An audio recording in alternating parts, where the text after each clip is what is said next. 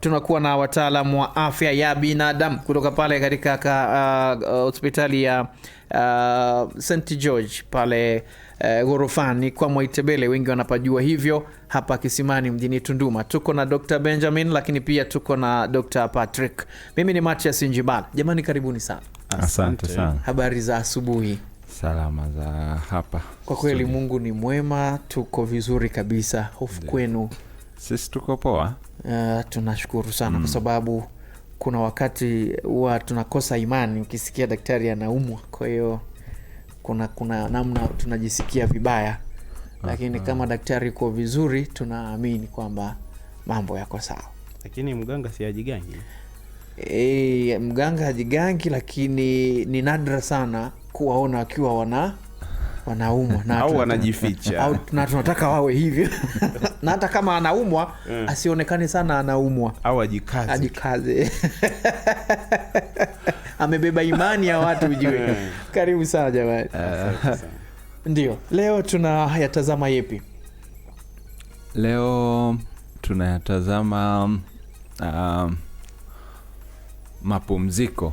Okay. Mapumziko na jinsi inavyochangia kwenye afya ya mtu. Lakini pia upande wa mapumziko hapo tutajikita sana kwenye mapumziko kwa maana ya kupata muda wa kutosha wa kulala. Kwa tutaona kulala kuna faida gani, lakini pia kwenye kulala unapata nini au faida zake ni nini sana sana. Na kiafya na kujengea nini pia. Kwa sababu katika hali ya kawaida pia watu tumezoea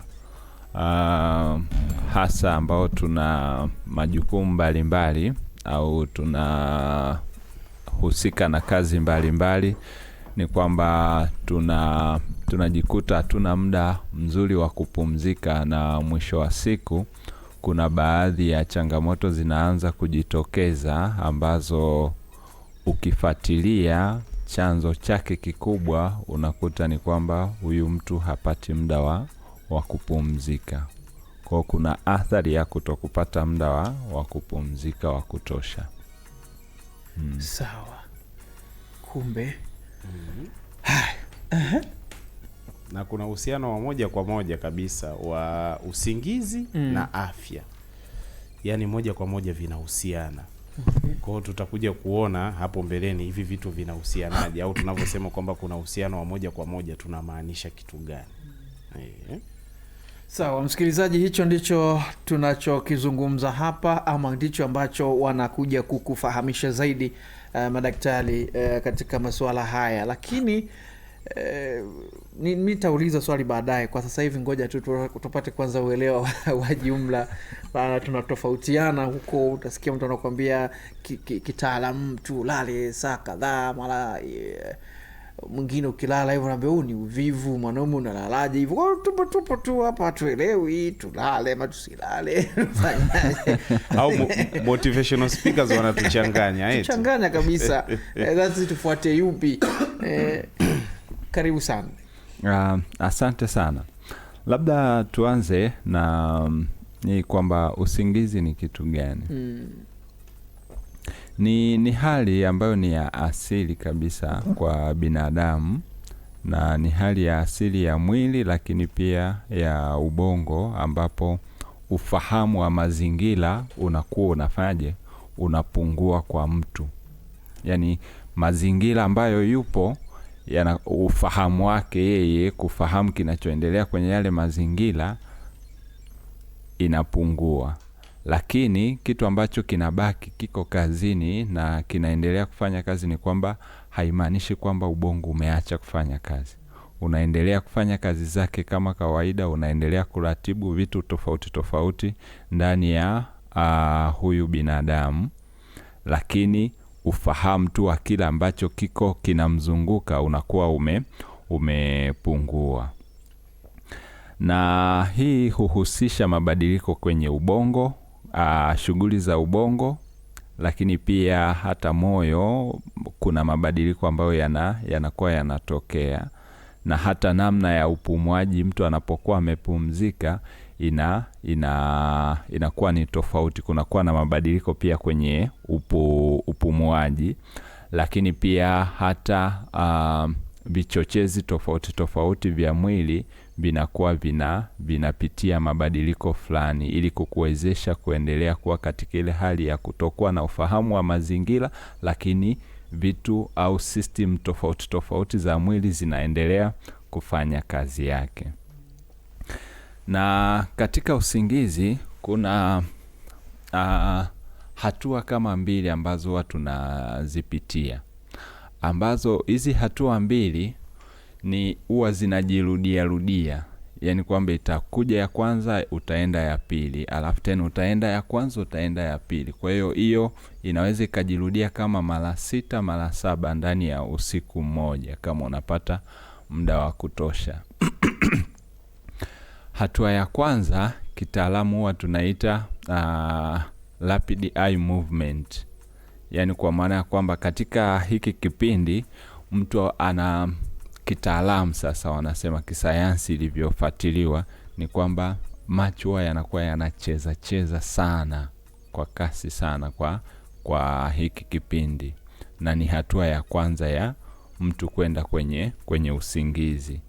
Na katika hatua hii mtu anakuwa na ndo kipindi ambacho anaota sana, yani zile ndoto zinakuja sana, na ni kile kipindi ambacho ndo yani unasafiri kutoka kwenye ile hali ya kuamka kwenda kwenye hali ya kusinzia.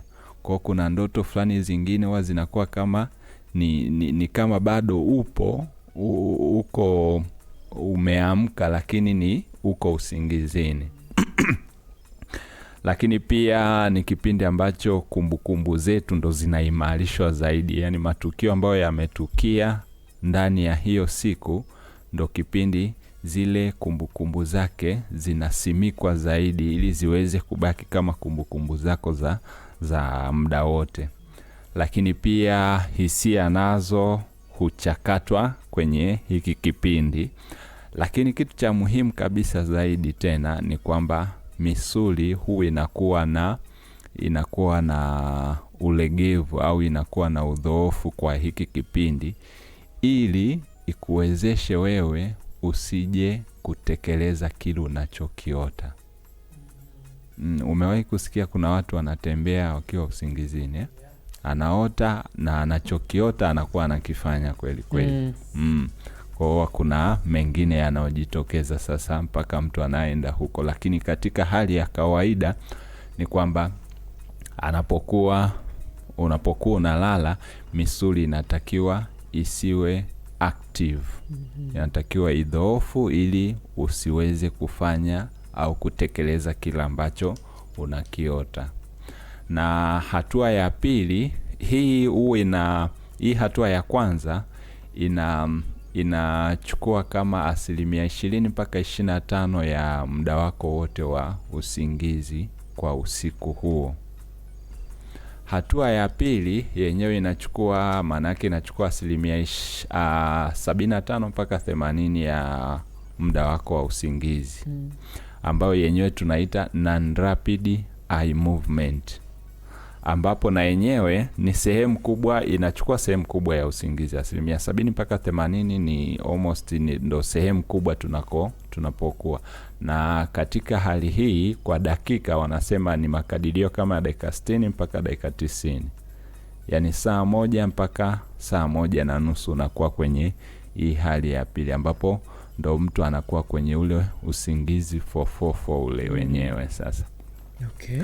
Na hii mwili sasa unakuwa umepumzika, na hapa ndo vitu vingi pia vinavyohusisha na mapumziko vinapotokea, kwa maana ya kuachiwa kwa vichochezi, sijui kuimarisha kinga, upumuaji ndo kabisa unakuwa uko chini. Yani kama kwa kawaida tunasema mtu anapokuwa mtu mzima, unapokuwa umeamka unatakiwa ile kuvuta na kutoa hewa ndani ya dakika 1 walau tunasema mara 16 mpaka 18. ndani ya dakika moja.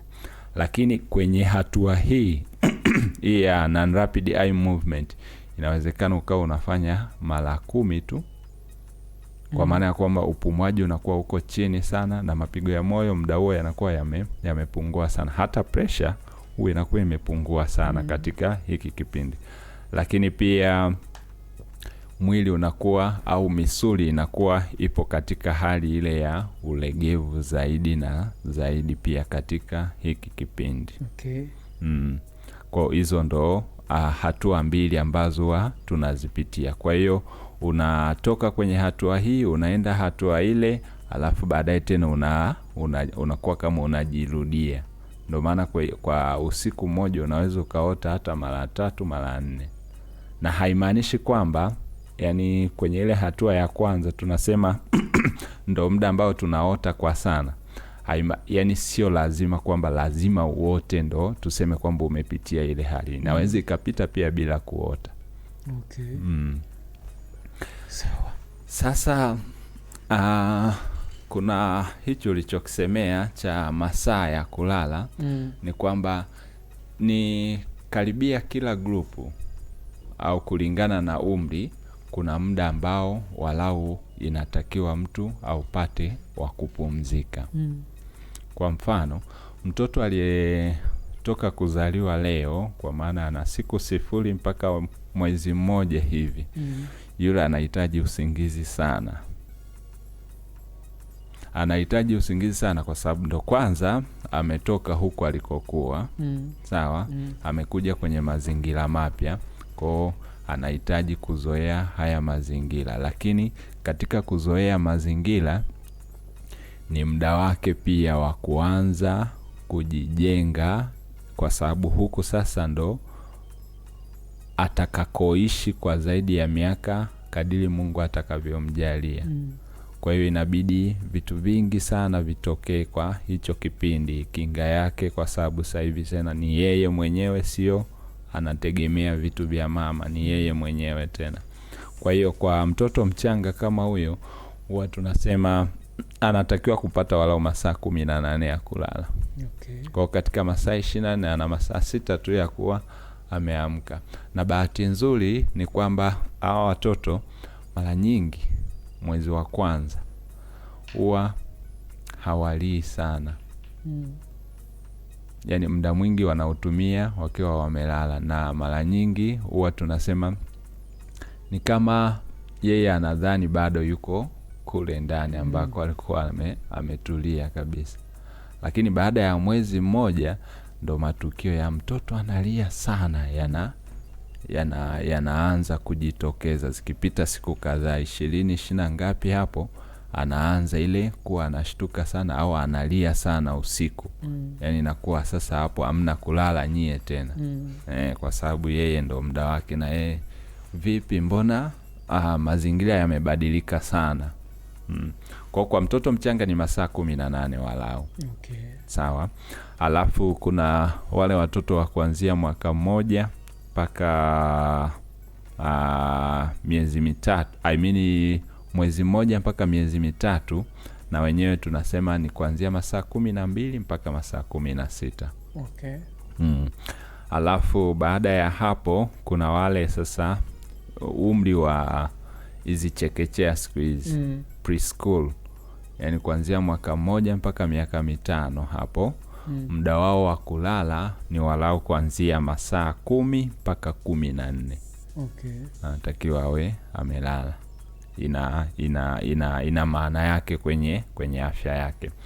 Alafu kuna wale darasa la kwanza na kuendelea huku, school age tunawaita, walau masaa 9 mpaka masaa 12. Alafu kuna teenagers, wale wa miaka 10 na hapo kuelekea kwenye 20, walau masaa 8 mpaka 10. Mtu mzima sasa kuanzia 18 19 hapo ni masaa 7 mpaka 9. Alafu wale wazee wenyewe ambao wamezoea sasa maisha, older adults kwenye miaka 50 huku na kuendelea, walau masaa 7 mpaka masaa 8. Kwa sasa mzembe ni yupi, uvivu ni yupi? Hapo hatujaongelea kwamba mwanaume unatakiwa lale masaa mangapi na mwanamke anatakiwa lale masaa mangapi. Hiyo ni kwa umri tu. Hatuna description ya mtu kwamba mwanamke okay. Kwa umri wako unapoangukia, haijalishi ni mwanaume, haijalishi ni mwanamke, muda wa kupumzika ndio huo. Wazee wenzangu huko mambo ndio kama hayo, ila sasa utaalamu huko unasikia fulani mpaka amefikia hapo, yani yeye halali yule bwana. Unajua analala masaa 3 tu, na yeye unakuta anajitokeza hadharani. Yani mimi silali, msinione hivi, masaa 3 tu, yani hivyo anapambana na maisha, anatafuta hela. Na ukimwona bilionea unajua sasa mimi wanauliza wenzao, "Wao mnataka na mimi nilale masaa 3. Kwani nakuwa nafanya nini?" Yani ukijiangalia unaona hauna cha kufanya. Kwani nakuwa nafanya nini? Yule sio anaangaikia hela zake azilinde, afanyaje? Sasa okay, wewe unataka kulazimisha watu walale saa 9. Au anafanya nini muda wote? Unaweza unaenda kuchimba viazi usiku. Utafutaji. Sawa bwana. Msikilizaji, ni madaktari hawa kutoka pale St. George Paul Clinic, na huyo aliyekuwa anazungumza ni Dr. Benjamin. Tunabaki kwako ama tunakwenda kwa Dr. Patrick? Tunakwenda kwa Dr. Patrick. Cha kuongezea hapo sasa, tunajiuliza kwa nini watoto walale sana? Kwao wao ina umuhimu gani zaidi? Inaonyesha kwamba mtoto akiwa mchanga, hatua zile za ukuaji ndo zinaanza. Of course ndo anazoea dunia mpya au mazingira mapya, lakini ukiwa umelala kuna vichocheo ambavyo huwa vinatolewa, ikiwemo growth hormone ambayo ni hormone ya ukuaji ama kichocheo cha ukuaji, na hiki ni muhimu zaidi katika ukuaji wa mtoto, na ndio maana kwamba mtoto unakuta analala sana, yani ni automatic, ipo hivyo, umeona. Lakini kadri umri unavozidi kwenda au kadri anavozidi kukua, si kwamba ile hormone ya ukuaji haitolewi, lakini kuna muda unafika ukuaji umestop, si ndio? Kwa hata ina reflect pia, inaonyesha uhusiano hata katika masaa ya kulala. Na hapo mwanzoni nilitangulia kusema kwamba usingizi ni afya. Kuna uhusiano wa moja kwa moja kati ya usingizi na afya. Na ambapo sasa usingizi huu kama alivyotangulia kusema Dr. Benjamin, ni kwamba unasaidia katika kinga ya mwili, unasaidia katika jinsi gani ya tunahusiana na watu, masuala ya hisia, unasaidia utunzaji wa kumbukumbu, unasaidia kujikinga na magonjwa mbalimbali kama ya sukari na afya ya moyo na magonjwa mengine ya moyo, unakupunguzia hatari za magonjwa ya kisukari na pressure, lakini pia muda mwingine unakupunguzia hatari za ajali. Sasa tutaenda kuangalia kwa undani zaidi, je, ni madhara gani ambayo unaweza ukayapata endapo haupati usingizi wa kutosha, unakuwa katika hatari gani? Ya kwanza ni inaonyesha kabisa kwamba kuna ongezeko kubwa la ajali ama usalama, kwa sababu endapo kama utakuwa haupati usingizi wa kutosha, maana yake kwa mfano upo kazini, labda wewe unahusika katika kuoperate mitambo. Sasa haupati usingizi wa kutosha, maana yake akili yako inakuwa haipo katika ule utulivu. Kwa hiyo inapunguza utulivu kiasi kwamba unaweza ukafanya makosa ambayo labda yangeweza kuepukika. Okay. Lakini utafiti pia unaonyesha utafiti huu ulifanywa na taasisi ya usingizi ya afya ya usingizi ya Marekani, imeonyesha kwamba kiwango cha ajali za barabarani ambacho kinatokea kwa wale watu ambao wanaendesha wakiwa wamelewa, ambao wanazidi kiwango cha pombe ambayo inatakiwa iwepo katika mwili. Wenzetu wana kitu kinaitwa safe alcohol blood limit, kwamba kiwango hiki cha pombe kikikutwa katika damu, huyu mtu anaweza akaendesha gari bila kusababisha ajali. Okay. Sasa kwa wale ambao wanazidi kile kiwango, idadi ya ajali ambazo zinasababishwa na kuendesha ukiwa umelewa na ajali ambazo zinasababishwa na watu wakiendesha wakiwa wanasinzia havina utofauti. Na uzuri ni kwamba kiwango hiki cha ajali ama hatari hii ni kwamba inaweza ikarekebishika kwa mtu kuendesha akiwa hasinzii. Umeona? Kwa hiyo usingizi ni muhimu kwa sababu unasaidia kupunguza ajali za barabarani na hata zile ajali za kazini, kwa sababu imagine ukiwa unaendesha gari afu unasinzia. Kwa maana yake ni kwamba unakuta unasinzia, kuna ajali inaweza kutokea mbele yako, au ndio ile mnakutana kichwa kwa kichwa. Sasa wewe unasinzia, maana yake hata uwezo wako wa kureact au kufanya maamuzi sahihi kwa wakati unakuwa upo chini kwa sababu ya usingizi. Lakini pia tukienda, ina hatari kukosa usingizi kunaonyesha kwamba kunaongeza hatari ya magonjwa sugu ikiwemo kisukari na pressure. Huko nyuma kipindi tunazungumzia masuala ya ulaji au na tabia mbalimbali na jinsi gani zinaweza zikasababisha magonjwa, kwa mfano kama kisukari na pressure, mitindo ya maisha, tulizungumzia ulaji wakati wa usiku. Ulaji kupita kiasi. Sasa kuna uhusiano wa moja kwa moja. Tumesema kwamba ukiwa unalala kuna vichocheo ambavyo vya mwili huwa vinatolewa hormone. Kuna hormone ambayo inaitwa ghrelin na hormone ambayo inaitwa leptin. Sasa mtu akiwa anakosa usingizi, kunakuwa hakuna uwiano mzuri wa hormone za aina hii, ambapo sasa mtu akiwa anakosa usingizi wa kutosha, kuna homoni ambayo inaitwa leptin, na homoni hii huwa inauambia mwili kwamba umeshiba. Sawa? Homoni nyingine inaitwa ghrelin. Homoni hii inahusika na ulaji, inamwambia kwamba bwana una njaa. Sasa mtu akikosa usingizi inapunguza kiwango cha leptin, inaongeza kiwango cha ghrelin. Kwa maana yake huyu mtu anakuwa anakula sana. Sasa madhara ya kula sana, uzito utaongezeka. Maana yake ni kwamba utakuwa unaingiza zaidi ya kile ambacho unakihitaji kwa ajili ya kuendesha mwili wako, kazi mbalimbali za mwili. Matokeo yake ni kwamba utaongezeka uzito. Ukiongezeka uzito, tayari hiki ni kichocheo ama kihatarishi cha wewe kupata maradhi kama kisukari, lakini pia na pressure. Okay.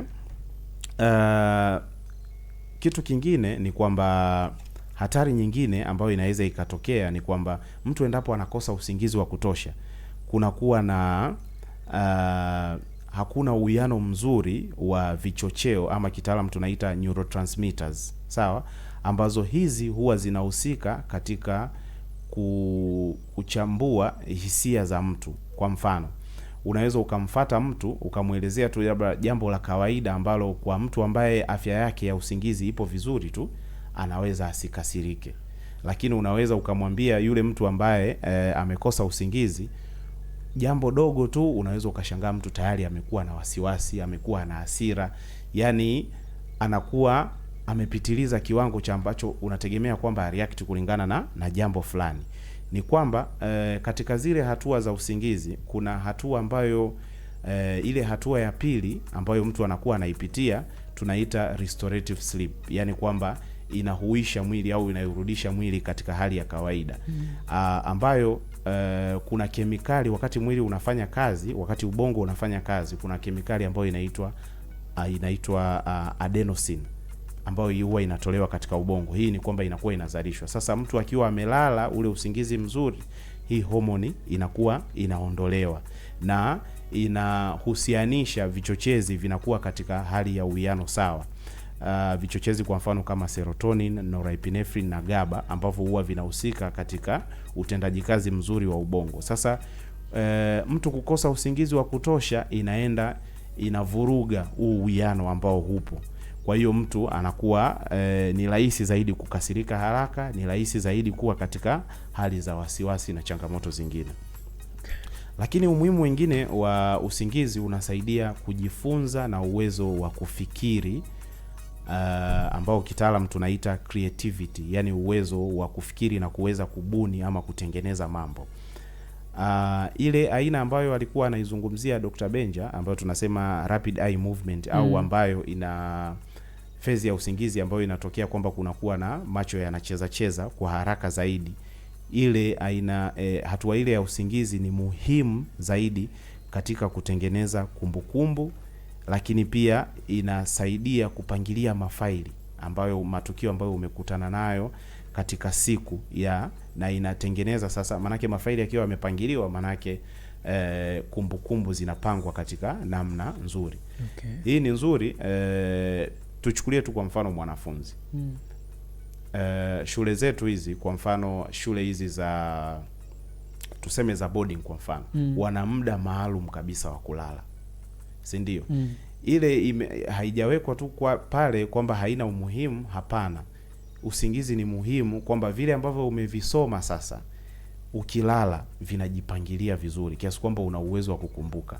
Na yule mtu ambaye labda kuna wale anasoma anapiga night kali, mwanafunzi night kali, muda mwingine anaingia sasa kwenye yani kuna wale muda wa kabla ya mitihani hasomi, ila ikifika muda wa kukaribia mitihani sasa tunawaita zimamoto. Of course inasaidia, lakini kuna kipindi sasa kumbukumbu inakuwa haijatengenezwa kiasi kwamba mtu anaingia vile vyote ambavyo amevisoma amevisahau.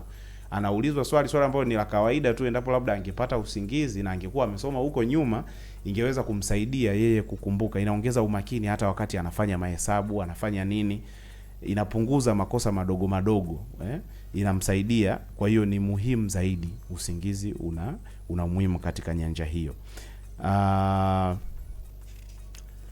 Lakini pia ni muhimu, usingizi unakuwa muhimu katika afya ya akili, kwamba ili uweze kuchambua hisia na matukio mbalimbali ambayo yanatokea, kuna sehemu katika ubongo ambayo inaitwa amygdala. Sawa, sehemu hii huwa tunaita emotional center, au sehemu ambayo inahusika na hisia. Sawa, sasa sehemu hii ya ubongo ina mawasiliano ya moja kwa moja na sehemu ya ubongo wa mbele ambayo tunaita prefrontal cortex, ambayo sehemu hii inahusika na logic. Sawa, au namna gani ya kupangilia matukio, kwamba tukio fulani limetokea, natakiwa nifanye hivi na hivi na hivi. Kwa hiyo usingizi una umuhimu mkubwa sana. Na katika kipindi ambacho kipindi cha nyuma tulizungumzia masuala ya msongo wa mawazo, masuala ya unyogovu ama depression, si ndio? Sasa wale watu ambao hawapati usingizi, utafiti unaonyesha kwamba wako katika hatari kubwa ya kupata msongo wa mawazo, ya kupata unyogovu, kwa sababu ile sehemu ambayo inahusika na hisia, kumbuka kwamba kuna vichochezi ambavyo vinaratibu lile eneo. Sasa mtu akiwa hapati usingizi wa kutosha, nimetangulia kusema hapo nyuma kwamba hivi vichochezi haviwi katika uwiano sahihi. Sawa, na kuna uwiano ama kuna uhusiano wa moja kwa moja wa ile sehemu ya amygdala ambayo inahusika na kupangilia hisia, na sehemu ya mbele ambayo inahusika na logic, ama tunaita prefrontal cortex. Sasa mtu ambapo anakuwa anakosa usingizi, sawa, inapelekea ama inamuweka katika hatari kubwa ya kupata magonjwa ya sonona na unyogovu. Kwa hiyo usingizi ni muhimu sana, tena sana tu. Usingizi ni muhimu tena sana. Msikilizaji, wewe ambaye unafuatilia hivi sasa, hii nayo ni aina ya tiba.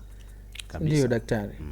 Na kama ambavyo nimetangulia mwanzo kusema kwamba kumekuwa na mitazamo tofauti katika masuala haya ya usingizi. Mtu akilala sana, kuna wanawake utasikia mbona analala sana, na ujauzito nini vipi? Lakini kuna wengine akilala, mwanaume kama hivyo, unasema mwanaume unalalaje hivi sasa, wakati utakiwa ukapambane na nini unalala. Na hayo unaambiwa unalala mapema ni saa 3 umelala mapema saa 4. Sasa kwa nini watu wanauhusianisha pengine usingizi na uvivu? Vina uhusiano. Kwa sababu kwa mtu anaweza kawa sio kwamba anatimiza matakwa ya kiafya, ni mvivu tu anajifichia huko. Tunapokuja sasa kuzungumzia kwamba matakwa ya kiafya na usingizi, kwamba kuna muda huu ambao tumesema unatakiwa ulale, kuna kulingana na umri wako au kulingana na mahitaji yako ya mwili. Umri wako utaamua mahitaji yako ya mwili, na mahitaji yako ya mwili yataamua kiasi gani cha usingizi ambacho unatakiwa upate, kama tulivyotangulia kusema. Okay. Sasa kuna muda maalum wa kulala. Sawa, na ni kuanzia saa 4 usiku mpaka saa 11. Kwa mtu ambaye sasa yani binadamu tuseme mtu mzima. Sawa? Yep. Ambapo ukipiga mahesabu hapo unaona kabisa ni masaa ya kutosha wewe kulala. Sawa? Yeah. Kwa hiyo sasa kama unalala kuanzia, na hii imewekwa si kwamba kwa sababu tu imewekwa kwamba tunasema huu ni muda maalum kuanzia saa 4 mpaka saa 11, hapana. Kuna vichocheo ama homoni, sawa, ambazo zinahusika katika kupangilia huu usingizi wako. Kitu ambacho tunaita circadian rhythm. Sawa, inaweza ikatokea kwa mfano, tunajua kabisa duniani tunaishi katika time zone ama mida tofauti tofauti, si ndio? Kwa hapa kwetu Tanzania ama kwa East Africa ni GMT plus 3, si ndio? Kwamba hiyo GMT inasimamia badala ya Greenwich Meridian Time. Yani kwamba ni mstari fulani hivi wa kijiografia ambao hauonekani, uliwekwa kwamba hapa sasa ndio itakuwa lisaa labda 0. Ukisogea mbele kwenda mashariki zaidi, kwa mfano ukasogea mpaka East Africa, maana yake kwamba hapa itakuwa ni masaa 3. Ukirudi nyuma kidogo, ambao ni tunaita kitamu tunaita Central African Time, maana yake ni GMT jumlisha 2. Ndio hiyo unasikia Zambia wenzetu sisi tukiwa saa 3, kwao ni saa 2, si ndio? Ukienda sijui umeenda Uchina sijui wapi, muda ambao wewe upo huku kule ni saa ngapi? Labda unakuta saa 8 usiku. Kuna kombe la dunia hapa lilikuwa linachezwa, si ndio? Kule kwao ni mchana, kwetu sisi ni usiku, si ndio? Umeona mambo kama hayo, watu walikuwa wanatoboa, si ndio, kwa ajili tu ya kuangalia kombe la dunia. Sasa kwa mfano chukulia wewe umesafiri, umetoka hapa Tanzania umeenda kule, sawa? Kumbuka unavuka muda, si ndio? Unaweza ukavuka muda kurudi nyuma, unavuka muda kwenda mbele. Siku imebaki ile ile, au siku inabadilika sasa kulingana na hayo masaa, si ndio? Kwa hiyo kuna homoni utapata changamoto ya wewe kuadapt ule muda. Unaweza ukafika kule kulingana na cycle yako ya ubongo ambayo imezoea hiyo ya circadian rhythm, sawa? Umetoka hapa mchana kwa mfano, si ndio? Unashangaa unafika kule ni mchana pia, lakini wewe unaanza kupata usingizi.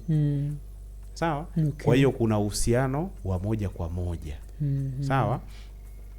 Namna hiyo. Ndio. Sawa. Bwana, dakika ni 40 tu, rudi kwako Dr. Benjamin.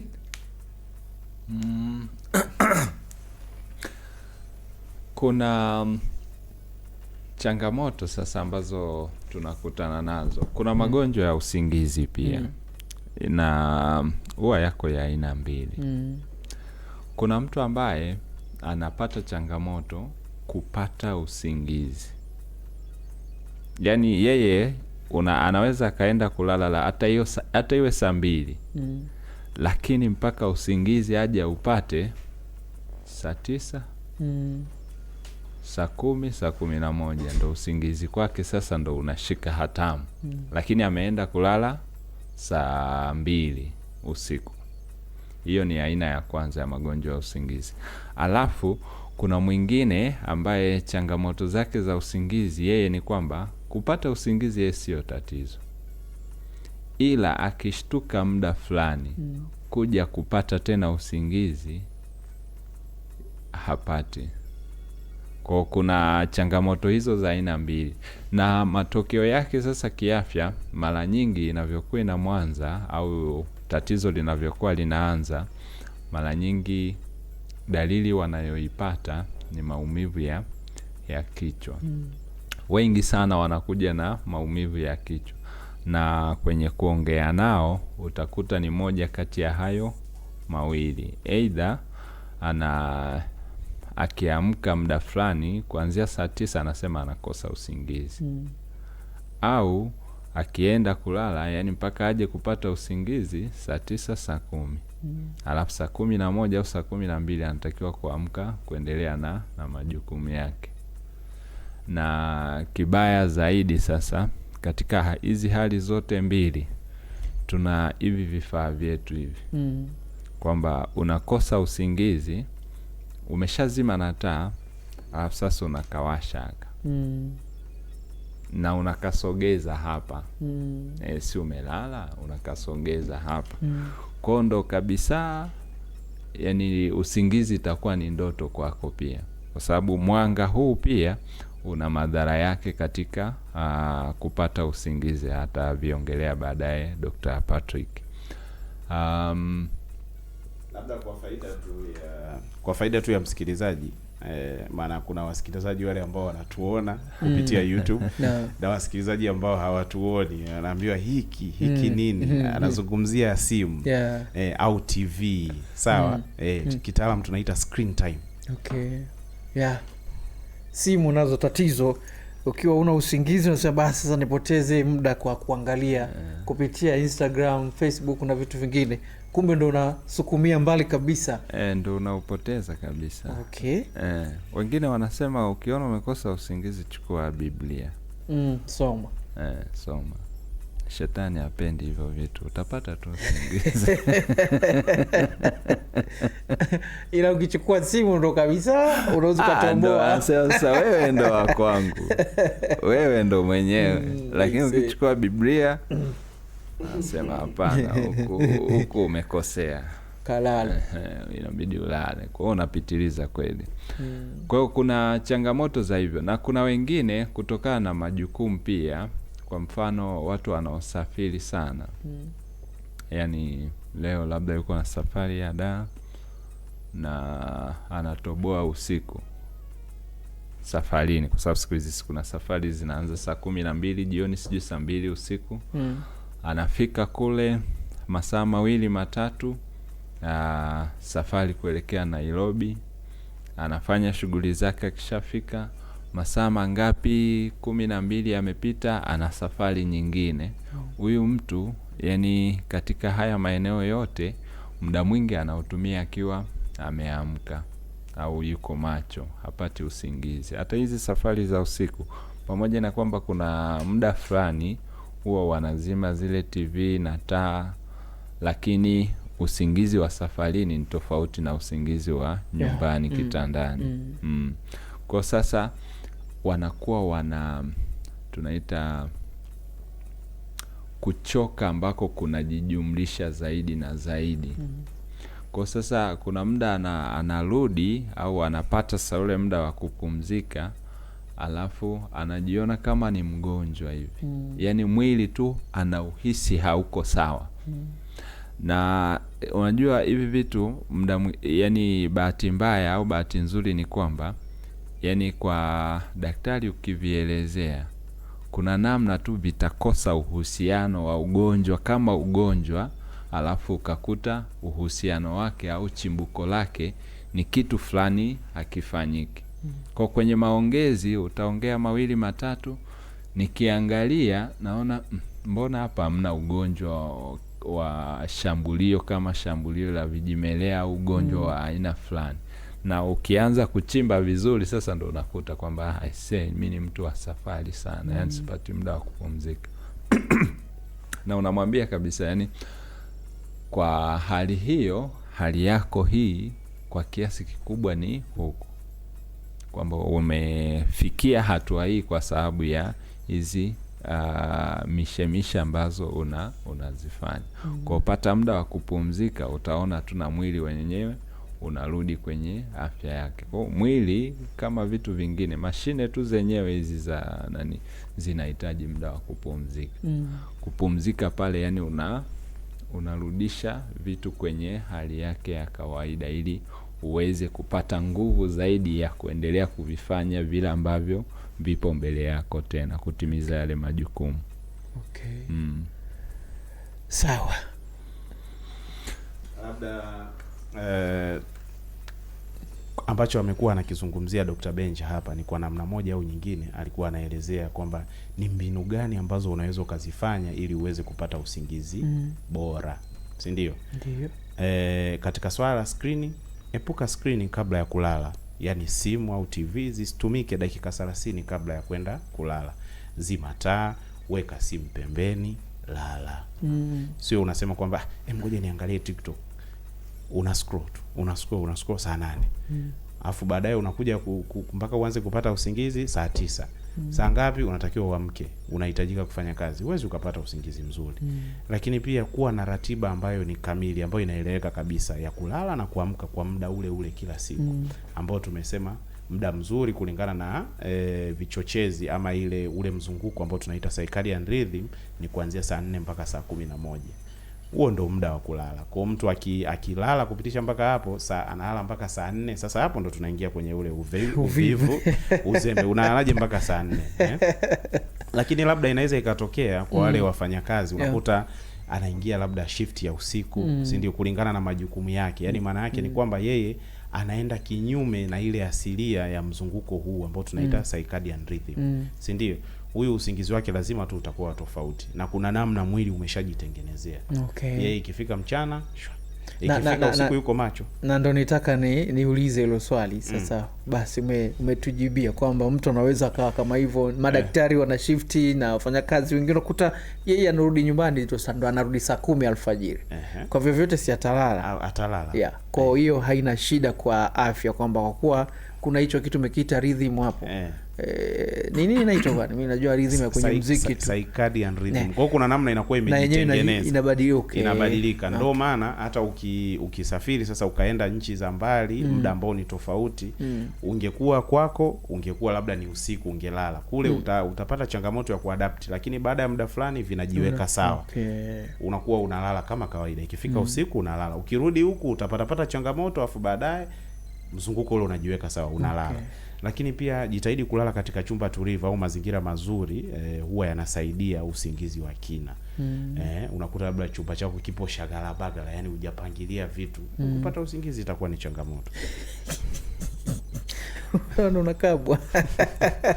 Lakini pia punguza matumizi ya kahawa na pombe, hasa jioni, kwa sababu kahawa inaonyesha kwamba ina kichochezi cha caffeine, ambacho caffeine inasaidia kuweka ubongo usiwe katika ule shut down au usipunguze majukumu yake kwa muda wote. Ndio maana unakuta mtu ambaye hataki kulala, labda ni mlinzi au ana kazi ya kufanya usiku, kakahawa kidogo kapo pembeni.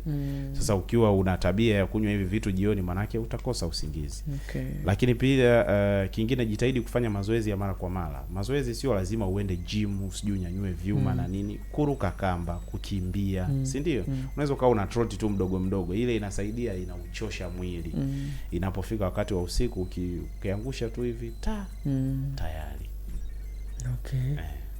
Safi sana. Nilikuwa na rafiki bwana, na sio usinywe pombe. Nimewahi kuwa na rafiki ambaye sijui ilikuwa ni changamoto ya usingizi, sijui ilikuwa ni nini. Yaani akianza kupatwa na usingizi, unaweza ukawa unamshtua hivi aamke, ila the moment unatoa mkono kwenye mwili wake wakati unamshtua, tayari yuko usingizini. Watu wamebarikiwa au si ni gifted sasa, sio? Usingizi nzuri. Sawa, tutazame. Wewe unasema Dr. kitaalamu, binadamu anatakiwa alale mchana au usiku. Bila shaka Dr.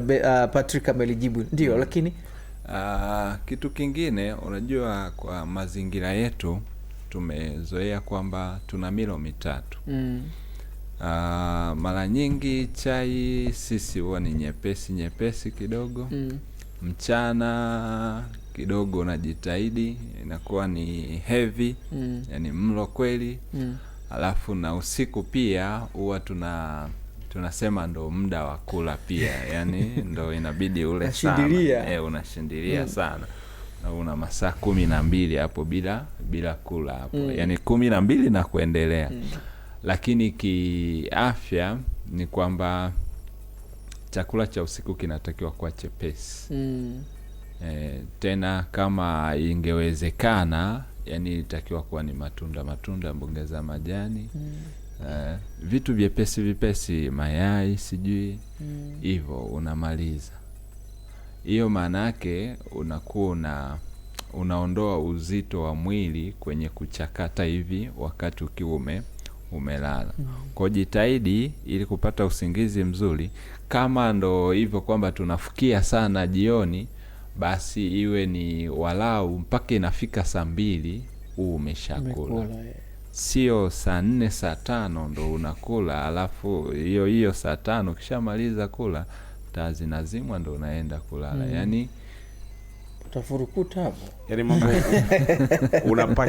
unapakia ugali, unaanza kuota ndoto mbaya. Unafukuzwa na nyoka. Nini? Kula kidogo tu, hauendi kupigana kitandani jamani, unaenda kupumzika. Unapiga ugali mzito. Kwa kitaalamu inafaa mlo gani unapaswa kama ndo ushindilie haswa? wa mchana, wa asubuhi. Pata chai heavy bwana. Afu mchana unaongeza kidogo, lakini jioni kidogo zaidi. Sasa dokta, ndio hivyo tunasema mitaa pia nayo ina nguvu yake. Huku tunaambiwa bwana, tafuta hela, hakuna chai nzito. Sasa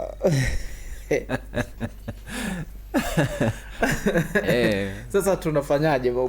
Asubuhi kweli tugonge ugali kweli? Inawezekana. Ugali mbona unakula tu. Sasa kazi yako labda inahusika kubeba labda viroba vya mahindi. Si ndio? Au labda wewe ni kuli. Kweli utakula chai na mandazi mawili? Kwa sababu majukumu mengi tunayafanya tukiwa tumeamka. Na kuanzia asubuhi, manake pale ndo mishemishe zinakuwa nyingi zaidi. Kwa pale ndo unahitaji energy au nishati zaidi. Na kwa kifupi dokta, unataka kusema kwamba ina maana kumbe chakula tunapokula, tunapoendelea kumove au kufanya shughuli, kinajichakata na kinafanya kazi, maana kinakuwa kinachakatwa na kinafanya kazi. Usiku pale mwili wenyewe unakuwa umetulia na chenye kinatulia, zinakuwa zinazima au hatusemi zinazima kabisa, kwa sababu moyo utaendelea kudunda, kupumua utaendelea, na mfumo wa chakula hivyo utaendelea kuchakata. Lakini sasa sio kama ambavyo ingechakatwa wakati huko umeamka na unaendelea kufanya kazi. Kwa sababu ukiwa unafanya kazi na demand pia inaongezeka kwamba jamani, misuli hii inahitaji nguvu zaidi, tunaomba mzalishe nishati ya kutosha. Sawa. Nilikuwa na picha ujumbe. Ndiyo. Au kama kuna jambo lingine tuendelee na ujumbe. Anasema, samahani daktari, niko nje ya mada kidogo. Sika mtaondoka nalo, sijui mtalijibu. Kuna jamaa yake anasema kitendea kazi akisimami, anaweza kaa shida ni nini? Kana ni kweli iko nje ya mada kabisa, lakini sijui kwa kuwa tukimwona daktari unataja kila kitu. Anasema, Dr. Benjamin na Patrick, kijiji cha Ihanda kuna mzee wetu mmoja, inasemekana hapati usingizi kabisa, ila anaendelea na shughuli zake za ufundi cherehani. Maana yake yeye usiku anaenda kitandani kujiegesha tu kusubiri asubuhi. Ana mke na watoto kama kawaida. Vipi? Naomba kujua ana shida gani huyu mzee, maana anaenda tu kwa sababu wengine hawapo kazini, ila hata nyumbani halali huko. Basi hilo nalo ni swali jamani, sijui.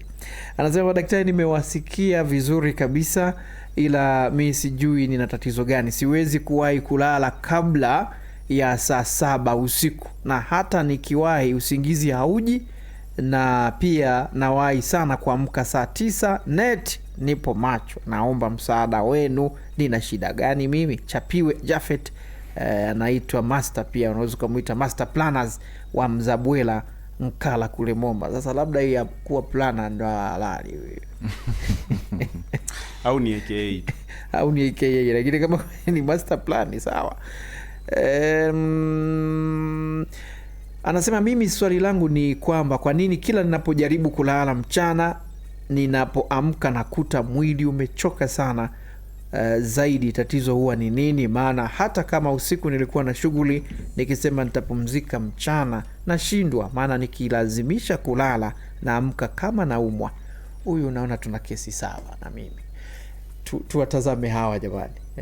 Yani kama mimi nikizembea usiku sijalala at least hata saa 3 tu, yani kukicha kumekucha, na unikuti na sinzi wala nini, yani na nikilala nikalazimisha kulala nitapata usingizi, lakini nikiamka lazima nitafute vidonge viko hapa. Kichwa, mwili sio wangu, tatizo. Kwa kizembea kulala usiku ndio imetoka, na usubiri usiku mwingine. Jamani, naungana na huyu, tatizo ni nini? Tunarudi pale kwamba kisayansi ama kitaalam kabisa, muda wa kulala ni usiku, sivyo? Saa 4 mpaka saa 11 ndio muda mzuri wa kulala, ambapo kuna vichocheo ambavyo vinakuwa vinatolewa, vinapumzisha mwili, kila kitu kinapumzishwa, unapumzika vizuri. Sasa ikatokea endapo kama hakuna uwiano sahihi, hakuna uwiano sahihi, si ndio? Maana yake tunaita kwamba kuna imbalance au dysregulation.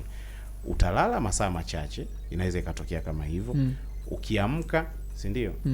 Kwa sababu mwili umeshazoea kwamba utatakiwa upapalike hivi na hivi na hivi na shughuli, si ndio? Sasa ukajaribu kurudisha kulala, utaamka una uchovu. Yaani ni mabadiliko ambayo yanatokea katika mwili, si kwamba eti una ugonjwa.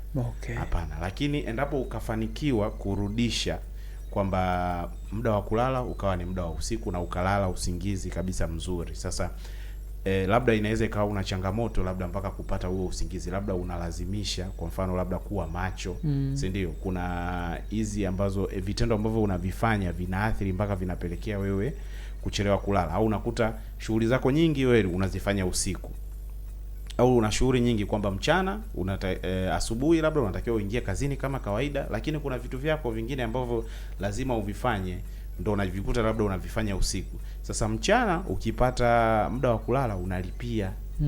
Umeona? Kawaida tunategemea baada ya wewe kulala na kuamka asubuhi kidogo, sasa mwili uwe una hueni. Sasa ukilala mchana unakuwa unalipia, kinyume chake kinafanyika, unaamka umechoka.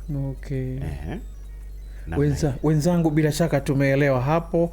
Na kuna yule mwingine naye ndio hivyo ametolea case study ya mzee pale Ihanda.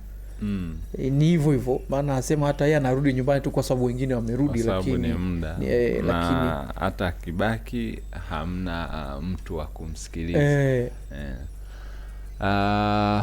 Kama nilivyosema, kuna changamoto ambazo za kiafya ambazo kweli ni chimbuko lake ni kwenye usingizi, au yani ni matatizo hayo ya usingizi.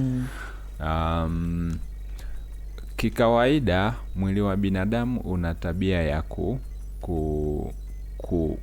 kuingia kwenye mazingira mapya, yani inabidi uyazoee, au tunasema kitaalamu kuadapti mazingira. Kwa hiyo na kwenye kuadapti mara nyingi huwa sio kitendo kirahisi kwa mwili pia, kwa sababu mwanzoni huwa kuna ugumu fulani. Unajua ukizoea mazingira fulani alafu ukija ukabadilishiwa mazingira yale, yani kuna namna tu mwili utataka yale mazingira ya mwanzo kwa sababu ulizoea. Kwa mara nyingi kwenye mabadiliko huwa ile hatua ya kwanza inakuwa ni ngumu zaidi ukilinganisha na baadaye tena ukishaizoea ile ikawa ndo kama kawaida yako. Kwa hiyo kwenye mabadiliko ya aina hiyo, maana yake hata kwenye yeye mpaka anafikia hatua hiyo ya kwamba hapati usingizi na vingine hivyo, mwanzoni atakuwa alihangaika tu.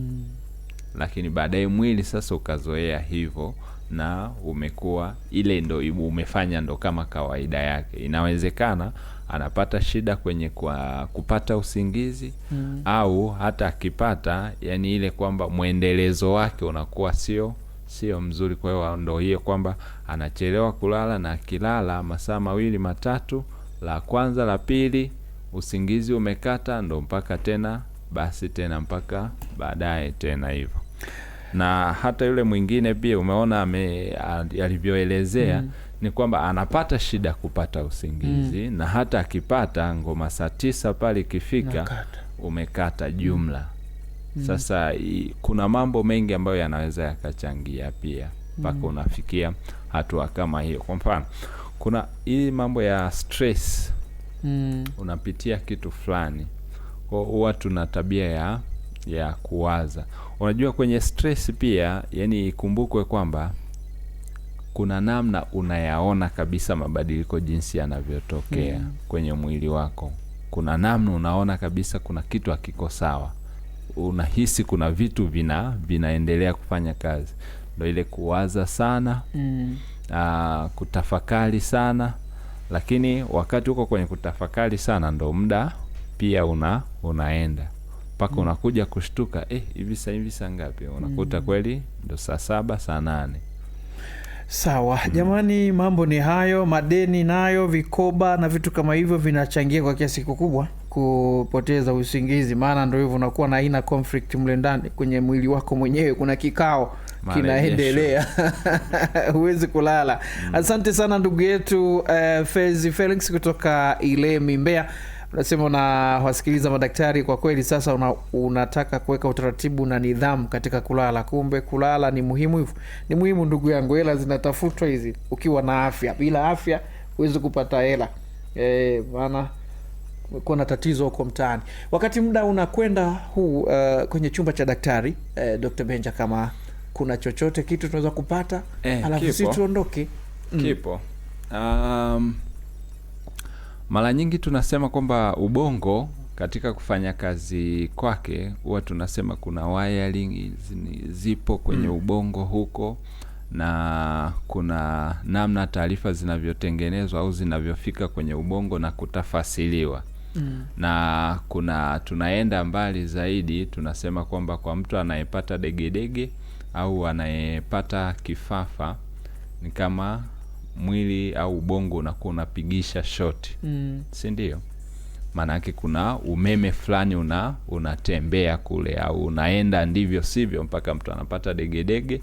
Lakini hata kwenye taarifa tu za kawaida, wewe kuprocess taarifa za kawaida, ni umeme fulani unakuwa unapita katika mpangilio. Isipokuwa ukipita katika namna ambayo sio mpangilio mzuri, ndo ile mambo ya degedege na mambo mengine.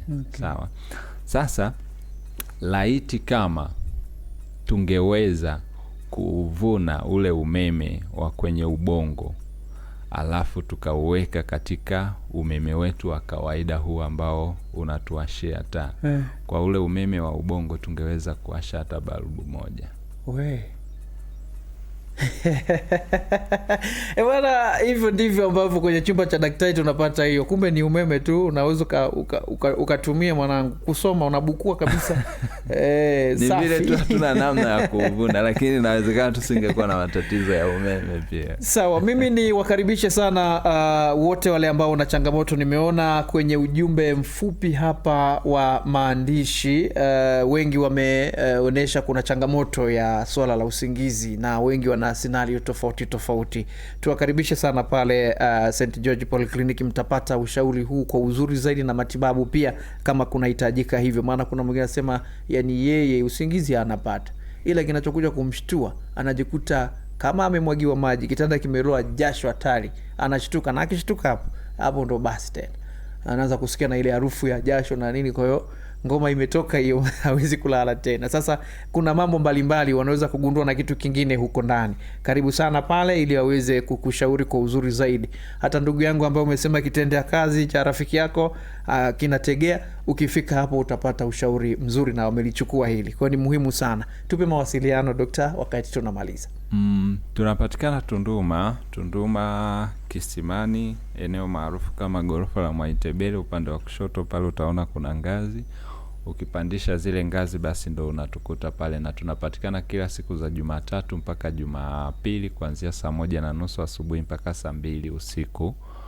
Na ukipata basi changamoto ya kuweza kutufikia kwa maelezo hayo, basi unaweza ukawasiliana nasi kupitia 0769 07 50 50. Tena 0769 07 50 50. Asante sana. Hawa ndio St. George Polyclinic, wanasema wao wanatibu lakini Mungu anaponya. Karibu sana. Huyu aliyekuwa anazungumza ni Dr. Benjamin, lakini pamoja nasi yuko pia Dr. Patrick. Mimi ni Matias Njibala na mwenzangu alikuwa Shadrack Janga. Tukuache asubuhi ya leo, watu wa Mwangaza watakuwa hapa. Endelea kusikiliza Tunduma FM Radio na vipindi mbalimbali, kwa sababu pia wenzetu kule Mbeya huwa tunaungana nao. Kwa hiyo studio itakuwa ikihama. Kama uko hapo Mbeya, unaweza kutembelea banda letu hapo la Tunduma FM. Tutakuta wenzetu kwa Agnes yuko Teda Nkungwe, lakini Ben pia yuko hapo. Asante sana, uwe na asubuhi njema. Hii ni 92.1 Tunduma NLC FM Songwe. Habari wa Tanzania. Kwa majina naitwa Tabibu Emmanuel Madila, meneja mkuu wa vituo vya Lupimo Sanitarium Clinic. Kuelekea sikukuu za 88, Lupimo Sanitarium Clinic tumeamua kuungana na wakulima wote katika nchi yetu ya Tanzania. Tumewaletea ofa ya vipimo vya kiafya